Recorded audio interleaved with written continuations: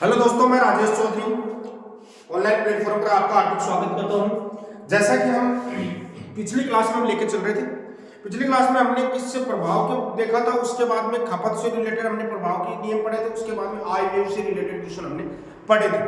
उसी क्लास को क्रम में आगे बढ़ाते हुए हम देखो आज की क्लास में क्या करने वाले हैं। आज की क्लास में बहुत ही इंपॉर्टेंट कॉन्सेप्ट करने वाले हैं जो नॉर्मली कांस्टेबल भर्ती में नहीं आता है, जो एसएससी सीजीएल सीएचएसएल के लिए इंपॉर्टेंट कॉन्सेप्ट है। उस चीज के ऊपर हम बात करने वाले हैं, तो थोड़ा सा समझने की कोशिश कीजिए कि ये कॉन्सेप्ट है क्या, इसमें कहना क्या चाह रहा है, उस चीज को बहुत अच्छा ढंग से समझने की कोशिश कीजिए। मैं आपको बारीकी से समझाने की कोशिश करता हूँ। पहले क्वेश्चन लिखता हूँ, हर क्वेश्चन के माध्यम से, क्योंकि हर कॉन्सेप्ट को हम क्वेश्चन के माध्यम से समझने की कोशिश कर रहे हैं। तो आप बस मेरे साथ बने रहिए और लगे रहिए। यदि आप चैनल पर नए हैं तो पीछे के वीडियो देखें और इस चैनल को सब्सक्राइब कर ले और बेल आइकन दबा दें, ताकि आपको जो भी नया वीडियो हमारा आता है तो तुरंत आपके पास पहुंच जाएगा। देखिए, अब आगे की क्लास को हम लेके चलते हैं, कंटिन्यू करते हैं आगे की क्लास को। देखो, हम आयकर से रिलेटेड क्वेश्चन कर रहे हैं। पहला क्वेश्चन लिख रहा हूं, यदि आयकर के दर में 19% की वृद्धि होती है तो शुद्ध आय में 6% की कमी होती है। पहला क्वेश्चन है, यदि आयकर की दर में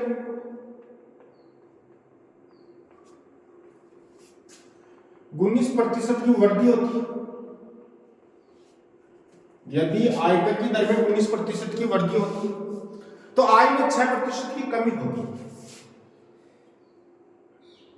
तो आय में 6% की कमी होती है। बेटा एक सेम क्वेश्चन है, तो आयकर की दर क्या करें? तो आयकर की दर क्या करें? बेटा इधर समझना, जो क्वेश्चन हम पिछली क्लास में हमने पढ़ा था सेम क्वेश्चन है, कुछ भी नया नहीं है क्वेश्चन में। जैसा क्वेश्चन हमने पहले पढ़ा था सेम का सेम क्वेश्चन है। जो क्वेश्चन आपने पहले पढ़ा था सेम क्वेश्चन आपके पास ये है जो हमने अभी बोर्ड पे आपके सामने लिखा है। देखिए इस क्वेश्चन को क्या बोलते हैं। यदि आयकर की दर 19% बढ़ती है तो उसकी आय में सीधी सी स्वाभाविक सी बात है। देखो, मैंने कल भी आपको बताया था, किसी भी आपके पास मूल्य में वृद्धि होगी तो खपत में कम करनी पड़ेगी। यदि मूल्य में कमी होती है तो खपत में वृद्धि कर सकते हैं। इधर देखना, उसी हिसाब से हमारे पास ये कॉन्सेप्ट यहीं पर काम करता है कि आपके पास आयकर में वृद्धि, आयकर में वृद्धि, आयकर में वृद्धि ये रेसिप्रोकल होती है किसमें? आय में। ये सीधा सा बात, आयकर बढ़ेगा तो आय का भी कम होगी, यदि आयकर कम होगा तो आय में वृद्धि। सीधा सा कॉन्सेप्ट काम करता है, बहुत ही प्यारा सा कॉन्सेप्ट काम करता है, सीधा सा ही कॉन्सेप्ट काम करता है। बस इस कॉन्सेप्ट को हमको डीपली समझना है कि कहना क्या चाह रहा है। बस इसी कॉन्सेप्ट को हमको समझना है और कुछ भी नहीं करना है। यदि ये एक कॉन्सेप्ट आपको समझ में आएंगे तो बहुत सारे क्वेश्चन यहाँ से आपको इजी हो जाएंगे, सोल्व हो जाएंगे। तो इसीलिए मैं आपको बोलता हूँ कि आप क्लास को कंटिन्यू अटेंड कीजिए, आपके सामने कुछ नहीं होगा। मैं पहले एक छोटे से क्वेश्चन को बाद में करेंगे, पहले हम एक छोटे से एग्जाम्पल से आपको समझाने की कोशिश करते हैं कि इसमें कॉन्सेप्ट क्या काम करता है, क्या कॉन्सेप्ट काम करता है इसमें, इस चीज को समझने की कोशिश। यदि देखो, हमारे पास क्या होता है कि किसी भी व्यक्ति को आय मिलती है, उसमें से आयकर कट जाता है और उसके बाद में क्या आती है? नेट इनकम आती है, बोल देता हूं हमारे पास सेविंग आती है जिसको हम बोलते हैं, या फिर कुल आमदनी आती है, या फिर हमारे पास कुल आय को बोल देते हैं। समझ में आय हमारे पास जितना भी कमाया उसमें आयकर कट के जो कुल आय बनती है उसको हमारे पास क्या बोलते हैं? सेविंग बोल देते हैं, या फिर इनकम बोलते हैं, या फिर नेट इनकम जिसको हम बोल देते हैं। समझ में आ गई? इधर समझने की कोशिश करना, कोई व्यक्ति 100 रुपए कमा रहा है, उसमें से 20 रुपए खर्च कर रहा है, तो इसके पास बचे कितने बचे? 80। तो मेरे को एक छोटी सी चीज बताना, आप चाहे 100 कमाओ चाहे 1000 कमाओ, यदि 20% दे रहे हो, 100 का 20 दे रहे हो, इसका मतलब आपकी कमाई तो 80 रुपये, 20 तो गवर्नमेंट के खाते में चले गए, टैक्स के कट गए। अरे बात समझ में? तो ये तो टैक्स के कट गए हमारे पास। अरे बात समझ गई होगी? ठीक, यहाँ पर इंग्लिश मीडियम वाले इसको मैं इनकम लिखूंगा, ये हमारे पास टैक्स हो गया, ये हमारे पास नेट इनकम हो गया, नेट इनकम। समझ? तो देखो 100 रुपए पर हमारे पास क्या है? 20 रुपए का खर्चा, 80 रुपए। बात समझ में? अब हम छोटी सी चीज कर रहे हैं, आमदनी तो वही 100 रुपए है, लेकिन ये बोल रहे हैं टैक्स 25 रुपए लग रहा है। 100 में से कितना लग रहा है? 25। तो भाई नेट इनकम कितनी आएगी? 75 आएगी। समझने की कोशिश करना, बहुत प्यारा कॉन्सेप्ट यहाँ से निकल जाता है, समझने की कोशिश करना। यहाँ पर आमदनी तो इसकी 100 थी, पहले भी 100 थी बेटा, आज भी क्या है? 100 है। आमदनी 100 है, उसमें से 20 रुपए टैक्स लग रहा था पहले, तो बचत कितने की आ रही थी? 80 की। अब टैक्स कितना है? 25, तो बचत कितनी हो गई? 75। यानी जितना टैक्स बढ़ा उतनी ही बचत में क्या हो गई? कमी। बात समझ में आ गई? अरे समझ में, ये बात समझ में आई होगी आपके पास। यानी 5 रुपए टैक्स की वृद्धि तो 5 रुपए आय में कमी। यदि 15 होता तो 25 होता। बात समझ गए? क्या करना चाहिए? बस ये कॉन्सेप्ट हमारा था। लेकिन इसको परसेंटेज में देखो, 5 की वृद्धि हुई किसमें? 20 में। परसेंटेज इनटू 100, तो हमारे पास कितना आ जाएगा? 20 पंजे 100। तो टैक्स में जो वृद्धि हुई वो कितने की हो गई भाई? 25%। टैक्स में कितने की वृद्धि होगी? 25%। मैं आपको बार बार समझाने की कोशिश करता हूं, यही प्यारा सा कॉन्सेप्ट है। टैक्स में 25% की क्या हो गई बेटा? वृद्धि हो चुकी है। टैक्स में 5 की वृद्धि, मैथमेटिकल वैल्यू, पैसे तो 5 ही बढ़े लेकिन परसेंटेज में कितनी वृद्धि हुई? 25%। तो आमदनी में 25% की कमी थोड़ी होगी। आमदनी में कमी हुई है 5 की, किसमें?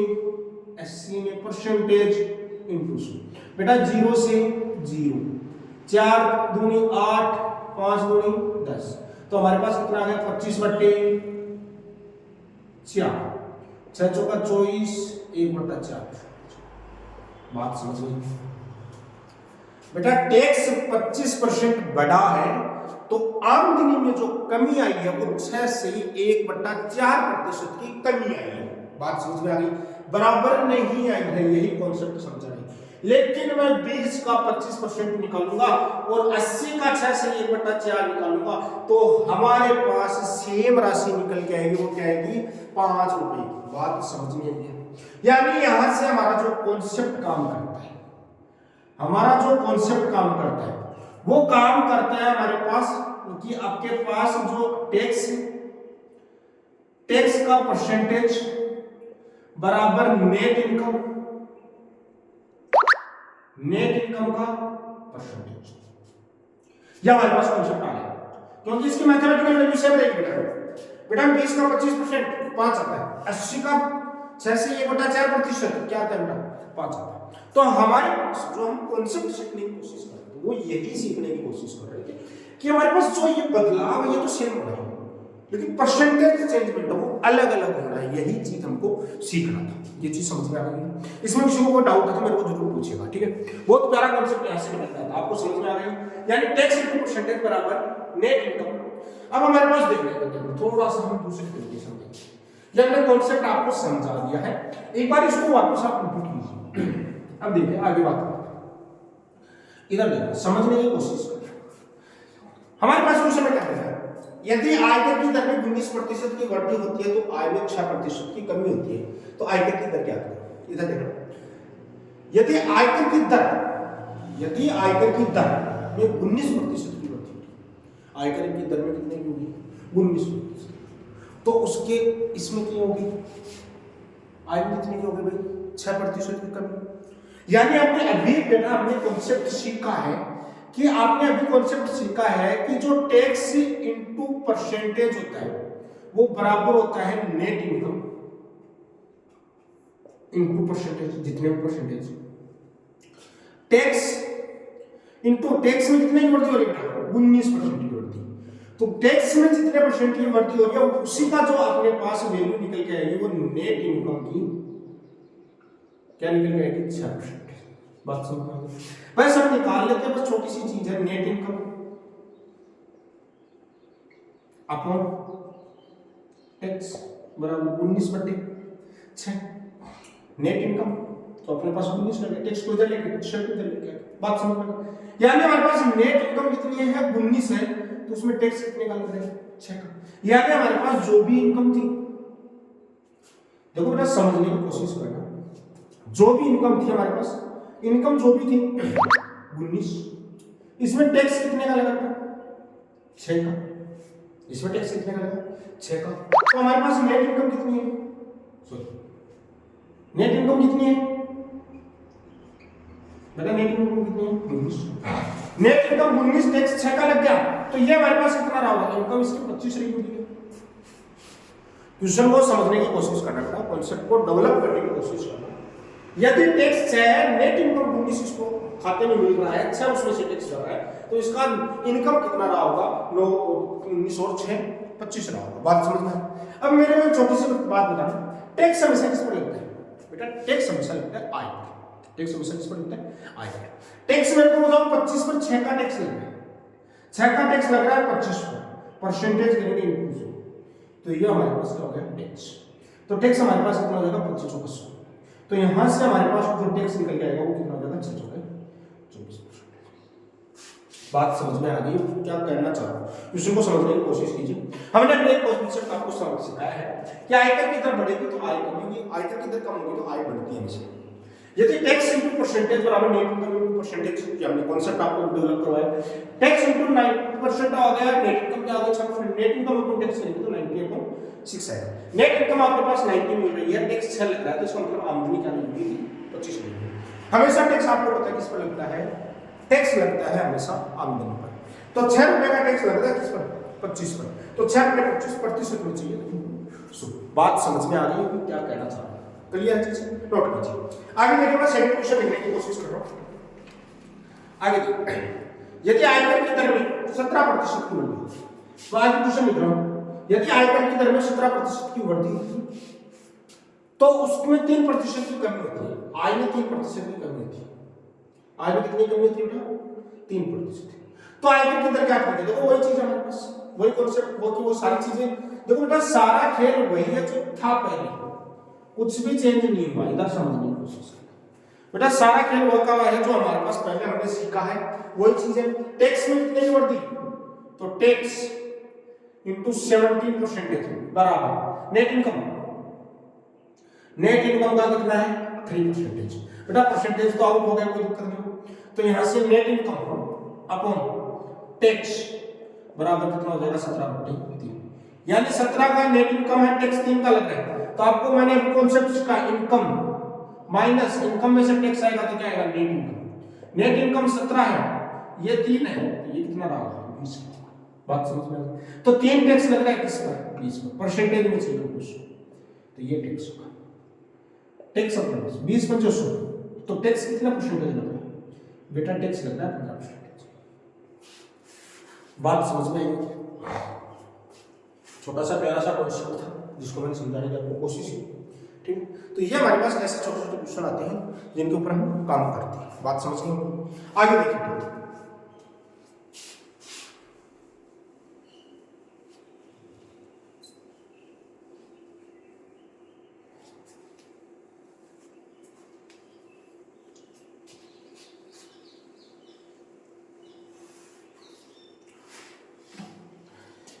आगे देखते हैं, क्वेश्चन को समझने की कोशिश करें।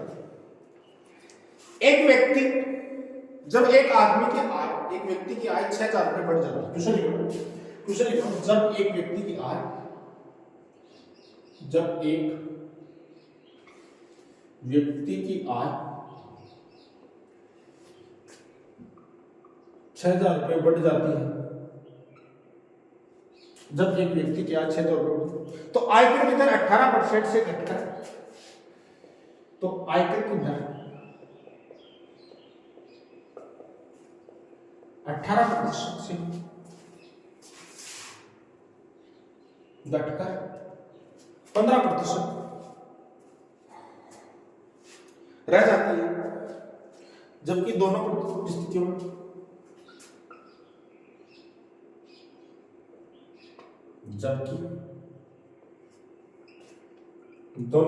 में 25% आय कर मुक्त है। दोनों परिस्थितियों में समान आयकर चुकाता है। यदि दोनों परिस्थितियों में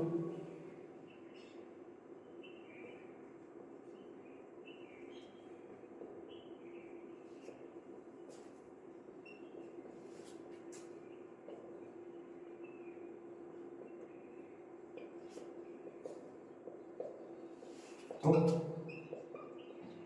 उसकी प्रारंभिक आय क्या है?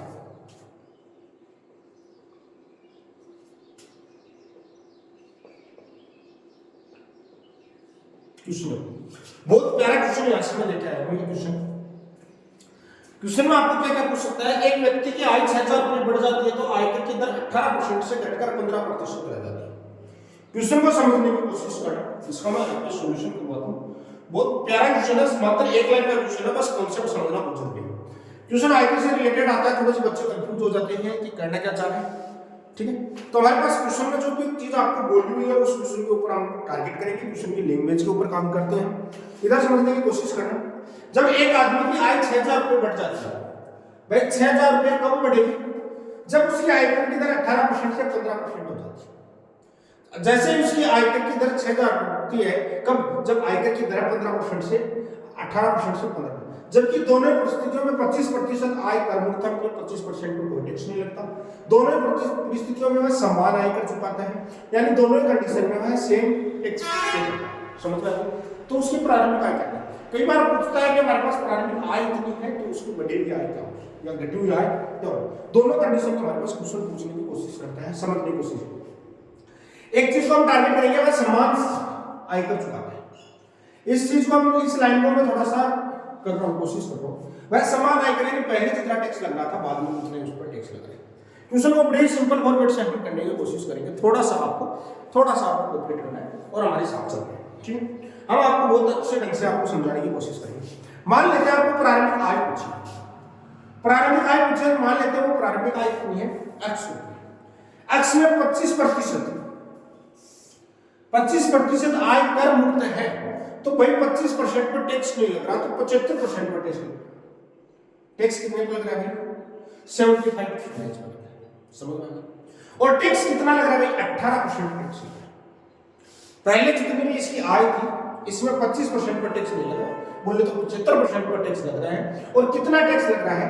18% की दर से। तो टैक्स कितना बढ़ा भाई? 18%। ये पहली कंडीशन में इतना टैक्स लग गया। उसके बाद में बोल रहा है उसकी आमदनी में वृद्धि होगी x प्लस 6000। उसकी आय कितनी होगी? x में 6000 की वृद्धि होगी। कब हुई? जब 25% पर टैक्स नहीं लग रहा, तो आय पर टैक्स कितना लग रहा था? 75%। अब ये आय में वृद्धि हुई है, आयकर बराबर चुका रहे हैं, तो आय में वृद्धि होगी, इसका मतलब टैक्स कितना है इसमें? 15% तो लग रहा है, तभी तो आयकर बराबर आएगा 6000। बस दोनों ही कंडीशन में वो बराबर टैक्स चुकाते हैं। आय बढ़ने से पहले कितना टैक्स देता था? इतना। आय बढ़ने के बाद में कितना टैक्स दे रहा है? इतना। और दोनों ही क्या है? बराबर है। हो गया बस कुछ परसेंटेज से परसेंटेज कट गए, 75% से 75% कट गया, इफ परसेंटेज से परसेंटेज 3 से काटेंगे, ये 5 आ गया, ये कितना आ गया? 6। बस बेटा सोल्व करना है यहाँ पर। ये हमारे पास 6x बराबर, इसको मल्टीप्लाई करेंगे 5x प्लस कितना हो जाएगा? 6 30।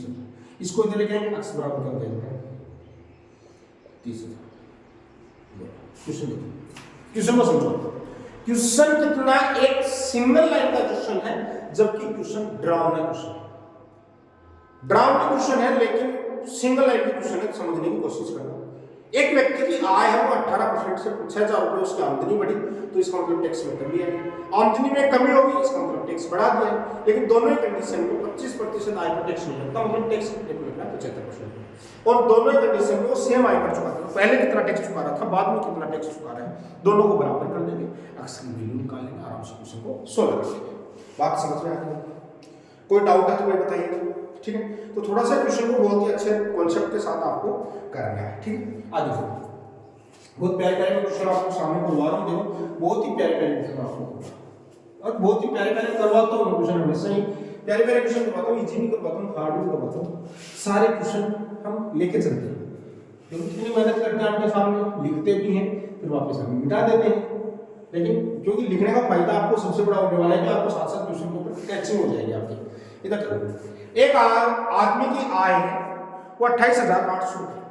आगे वाला क्वेश्चन देखो, एक व्यक्ति की आय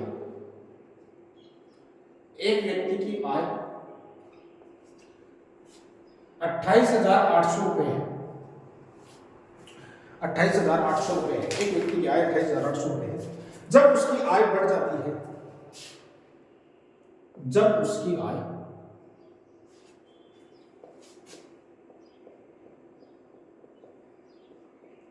बढ़ जाती है, तो आयकर की दर, तो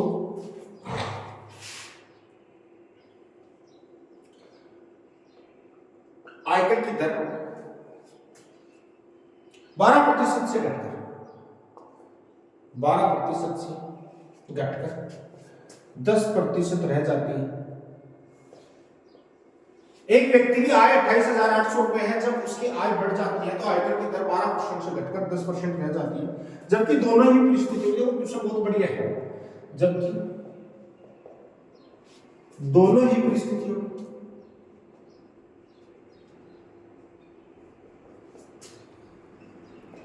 30% आयकर मुक्त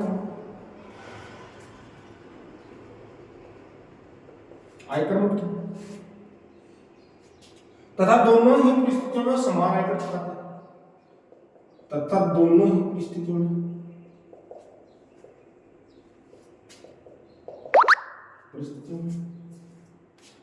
वह समान आयकर चुकाता है।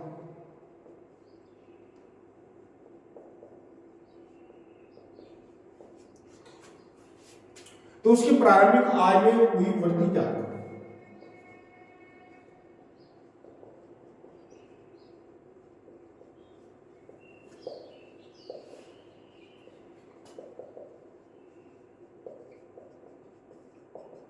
क्वेश्चन को समझना बेटा, क्वेश्चन को समझना। क्वेश्चन थोड़ा सा बड़ा सा है और आपको थोड़ा सा डरावना क्वेश्चन लग सकता है, लेकिन क्वेश्चन बहुत प्यारा क्वेश्चन, आसान सा क्वेश्चन।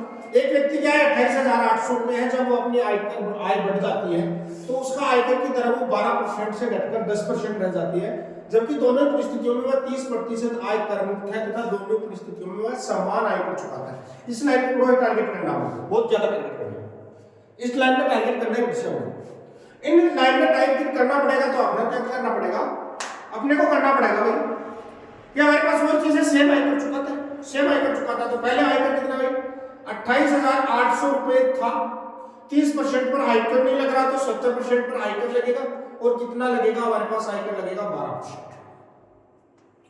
उसके बाद में वो बोल रहा है कि 28,800 रुपए तो थे, इसमें कुछ वृद्धि एक्स की होगी, 30% पर आयकर नहीं लगेगा और आयकर की दर हो गई 10%।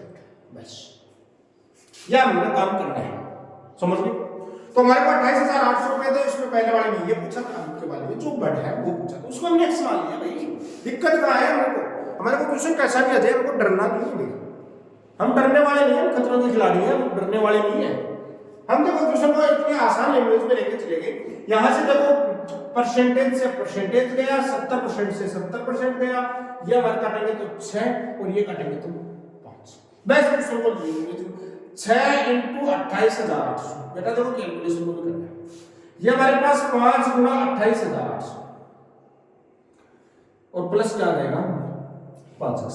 बेटा ये निकल आएगा, ये 6 गुना ये 5 गुना तो बचेगा कितना भाई 28,800 बचेगा ये, और बराबर कितना होगा 5। एक्स की वैल्यू चाहिए 28,800 बटे 5। बेटा 5 5 25, 3 बच गया, 7 5 35, कितना बच गया 3 बच गया। तो हमारे पास देखो 5 5 25 3 और 3 बच गया तो 6 35, 5,760 रुपए। इसमें क्या हुई है बेटा वृद्धि। क्वेश्चन को फिर से समझने की कोशिश करना, बहुत ही प्यारा सा क्वेश्चन था हमारा। आज यदि एक व्यक्ति की आय 28,800 रुपए से बढ़ती है और अब तो उसकी आयकर की दर है, तो आय बढ़ेगी तो उसकी आयकर की 12% से 10% रहेगी, जबकि दोनों ही स्थितियों में 30% आय कर मुक्त है, तो दोनों परिस्थितियों में सेम आय कर चुका है, दोनों स्थितियों में सेम आय कर चुका है। हमने सोल्व किया क्वेश्चन को, प्यारा सा कॉन्सेप्ट के साथ हमने क्लियर कर दिया क्वेश्चन। कोई डाउट हो तो मेरे को जरूर पूछिएगा, आपके सामने है, तो टेंशन नहीं लेना, बिल्कुल टेंशन नहीं लेना। ये हमारे पास हो गए आयकर से संबंधित क्वेश्चन हो गए। अब देखो मैं आपको छोटा सा क्वेश्चन करवाता हूँ, लास्ट में देखो छोटे से क्वेश्चन आपको करवाता हूँ। छोटा सा क्वेश्चन क्या है, बहुत प्यारा सा क्वेश्चन है हमारे पास, जो अक्सर एग्जाम में आता है, वो चाहे कोई सा भी एग्जाम हो, किसी न किसी एग्जाम में वो आता ही रहता है क्वेश्चन। तो हम छोटे छोटे क्वेश्चनों को हम थोड़ा सा देखो, अब हमने थोड़ा सा टफ क्वेश्चन किए और अब करश्या आसान सा क्वेश्चन। अरे आसान से क्वेश्चन करश्या, प्यारा सा क्वेश्चन करश्या, तो मजा आ जाएगा, मजा आ जाएगा। इधर देखिए, एक व्यक्ति किसी संख्या को 3/5 के स्थान पर, एक व्यक्ति, थोड़ा सा मैं बता देता हूं वरना आप कंफ्यूज हो जाएंगे, आइटम वाले कर रहे हैं, आइटम वाले नहीं कर रहे। एक व्यक्ति किसी संख्या में, एक व्यक्ति किसी संख्या में 3/5 के स्थान 5/3 से गुणा करता है,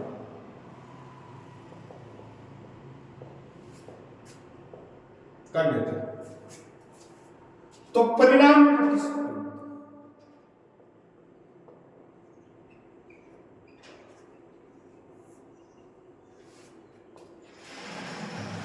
एक व्यक्ति किसी संख्या को 3/5 के स्थान पर 5/3 से गुणा कर देता है तो उसके परिणाम में प्रतिशत परिवर्तन होगा।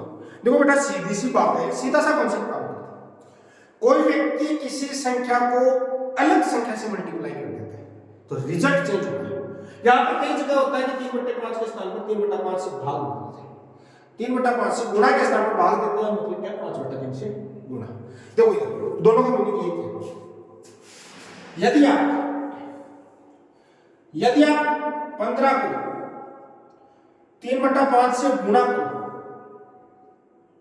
या 15 को आप 5/3 से भाग दो, दोनों का मीनिंग एक ही है। तो संख्या उल्टी हो गई, काम भी उल्टा कर दिया, तो दोनों का मीनिंग एक ही है। उससे आपको कंफ्यूज होना ही नहीं है कि हमको पूछना क्या चाह रहे हैं। लेकिन देखना थोड़ा सा कॉन्सेप्ट समझो। एक व्यक्ति कोई भी संख्या थी, हमको संख्या नहीं पता, संख्या फिक्स थी, इसको गुणा करना था 3/5 से, लेकिन इस संख्या को इसमें गुणा कर दिया 5/3 से। जैसे ही गलत संख्या से गुणा किया इसने तो इस संख्या में क्या आ गया, बदलाव आ गया। और ये बदलाव कितने प्रतिशत का हुआ, लेकिन ये हमको बताइए ये संख्या क्या थी, सेम। हम सेम बनाने के लिए हम ऐसी संख्या लेंगे जिससे हमारी कैलकुलेशन आसान हो जाए। तो हम 5 और 3 का एलसीएम लेंगे। ये 5 और 3 का एलसीएम कितना होता है 15, इसको काटेंगे 5, इसको काटेंगे कितना आएगा 3 को करेंगे तो ये 9 और 5 को करेंगे तो 25। रिजल्ट सही रिजल्ट 9 आना चाहिए था, आ कितना गया 25। तो कितना बदलाव हो गया रिजल्ट में, 9 से 25 में गया बेटा। रिजल्ट में बदलाव कितने का हो गया, 9 से 25 में जाने का मतलब है कि 16 रिजल्ट में बदलाव हो गया, किसमें 9 में। वो सिंपल सॉल्यूशन, सिंपल सॉल्यूशन, अब कोई टेंशन वाली बात नहीं है, बहुत सिंपल सॉल्यूशन। आगे देखिए, एक विद्यार्थी 5/3 हमने कर लिया क्वेश्चन। इधर यदि बात समझ में आए, एक व्यक्ति किसी संख्या को 3/5 के स्थान पर 5/3 से गुणा कर देता है तो परिणाम में प्रतिशत परिवर्तन हमको चेक करना था। हमने संख्या मान ली और हमने क्वेश्चन को सोल्व कर लिया। अब देखिए आगे एक क्वेश्चन और करवा देता हूं, एक क्वेश्चन और करवा देता हूं ताकि आपको कंफ्यूज नहीं होगा। एक व्यक्ति को 3/4 से गुणा करना था और उसने 7/4 से गुणा किया। यहाँ पे हम बात करो 7/3 से गुणा, 3/4 से गुणा करना था और उसने स्थान पर गुणा किससे कर दिया, 7/3 से कर दिया। तो परिणाम में प्रतिशत परिवर्तन वही काम करना है हमको बेटा। छोटा सा क्वेश्चन, ये हमारा कॉन्सेप्ट है, हमारे पास ये 3/4 से मल्टीप्लाई करना था और संख्या हमारे पास सेम है, इसको मल्टीप्लाई 7/3 से, इन दोनों के एलसीएम से मल्टीप्लाई कर देंगे। वैसे संख्या कितनी, संख्या तो सेम ही है, समझ पाए क्या? अरे समझ में आवे नहीं आवा तो बता दिया, समझो ठीक है। तो हमारे पास ये करेंगे तो हम 3 से करेंगे, ये हमारे पास कितना देगा 4, तो ये 3 3 9, ये 7 चौक 28 बेटा। वही कितने की वृद्धि होगी बेटा, 19 की वृद्धि किसमें होगी, परसेंटेज। बहुत ही सिंपल सा कॉन्सेप्ट हमारे पास था जिसके आधार पर हमने क्वेश्चनों को सोल्व किया। देखो क्वेश्चन बहुत भी हार्ड नहीं होता बेटा, थोड़ा सा आपको समझना पड़ता है और हर चीज को आपको डीपली समझना पड़ता है, और समझ के हम कॉन्सेप्ट के साथ काम करते हैं तो हम कोई भी फतह हासिल कर सकते हैं। ऐसा कुछ भी नहीं है कि आप पढ़ो और पढ़ने के बाद में आप नहीं कर पाओ, ऐसा कुछ भी नहीं है। सारा झूठ है, सारे भ्रम है, सारा फोबिया फैलाया हुआ है कि ये हो जाएगा वो हो जाएगा, कुछ भी नहीं होता। बड़े सिंपल से पेपर आते हैं, बस एक सही रणनीति, डरना नहीं है, क्योंकि बहुत से यूट्यूब पे आते हैं डरा के चले जाते हैं बच्चों को। डरना नहीं है, सिंपल चीजों को पढ़ना, मात्र सिंपल चीजों को। मैं आपको इतना स्ट्रॉन्ग करके जाऊंगा यहाँ से तो आपको मजबूती मिलेगी। आपको यदि आपने आज ही क्लास देखी तो पीछे की क्लास जरूर देखें, सारी क्लासों को रिपीट करें, उसके बाद में परसेंटेज के क्वेश्चन निकालना। मैं गारंटी लेता हूँ यदि आपका क्वेश्चन गलत हो जाए तो आप बस मेरे साथ धीरे धीरे लगे रहिए। हम धीरे धीरे सीखते जाएंगे, हम सीखने के लिए पढ़ रहे हैं, ना कि हम किसी भी नौकरी के लिए पढ़ रहे हैं। हम सिर्फ सीखने के लिए, हम अपने सब्जेक्ट को मजबूत करने के लिए, आगामी नौकरी लगे या ना लगे तो भी हम हमारे आज का काम बहुत अच्छे ढंग से चला सकते हैं, क्योंकि सारा खेल वैसे है। आपका अपना राजेश चौधरी, पारस कैरियर इंस्टीट्यूट, गुड आफ्टरनून।